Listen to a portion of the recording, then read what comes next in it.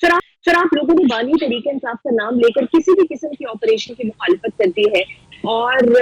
کیا اس متعلق آپ لوگوں کی بانی پی ٹی آئی سے مشاورت ہوئی ہے یا پھر جلد بازی میں کہہ دیا ہے کہ اس معاملے کو پارلیمنٹ میں لایا جائے؟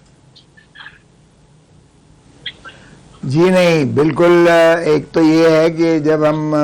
ہماری پارلیمانی کمیٹی جو ہے اس میں سیر حاصل بحث ہوئی ہماری،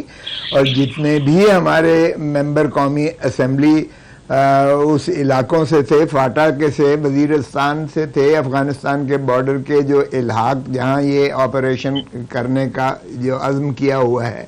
ماشاءاللہ یہ سارے جو ہے وہ برہم گناہ تھے کہ جناب ہمارے تو گھروں کے جو ہے انہوں نے مسمار کر دیے ہیں اس آپریشن کی آڑ میں، ہمارے کاروبار انہوں نے جو ہے تباہ کر کے رکھ دیے ہیں، اور ہماری جو ہے زمینوں پہ قبضہ کر لیا گیا ہے، جو ہماری دھات منرلز جو وہاں سے نکل رہی تھی اس پہ قبضہ کر لیا ہے، اور یہ جو ہے ایک عزم استحکام کے آپریشن کی آڑ میں جو ہمارے ساتھ ظلم اور بربریت کی جا رہی ہے، یہ جو ہے پاکستان تحریک انصاف کے یعنی ان کو سبق سکھانا مقصود تھا کہ آپ نے خیبر پختونخوا کے لوگوں نے کیوں ووٹ دیے ہیں ان کو، تو یہ ایک ایسا جو ہے منتقم مزاجی کا جو شاخسانہ تھا جس پر ظاہر ہے کہ سارے برہم گناہ تھے، اور پھر ہم نے تو بلکہ یہ کہا کہ پی کے چیف منسٹر سے بھی جو ہے اس پہ جو پوچھا جائے کہ ایپکس کمیٹی میں جب آپ موجود تھے اور بقول حکومت کے ترجمان کے کہ جی یہ ایپکس کمیٹی جس میں کے پی کے وزیر اعلیٰ بھی موجود تھے، اس میں یہ فیصلہ وزیر اعظم کی سربراہی میں جو اجلاس ہوا اس میں کیا گیا، تو جب انہوں نے بھی وزیر اعلیٰ پریشان تھے، اور جب انہوں نے محترم عمران خان صاحب سے بانی چیئرمین سے جو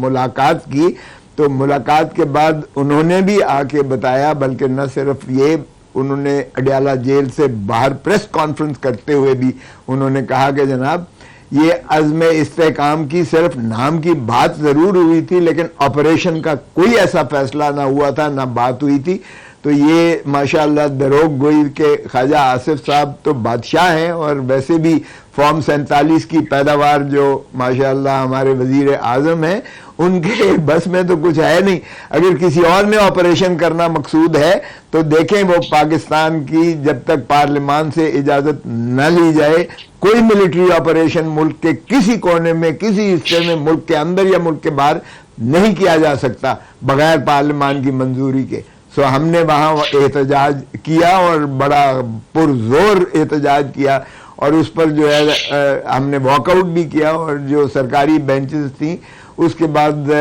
خواجہ آصف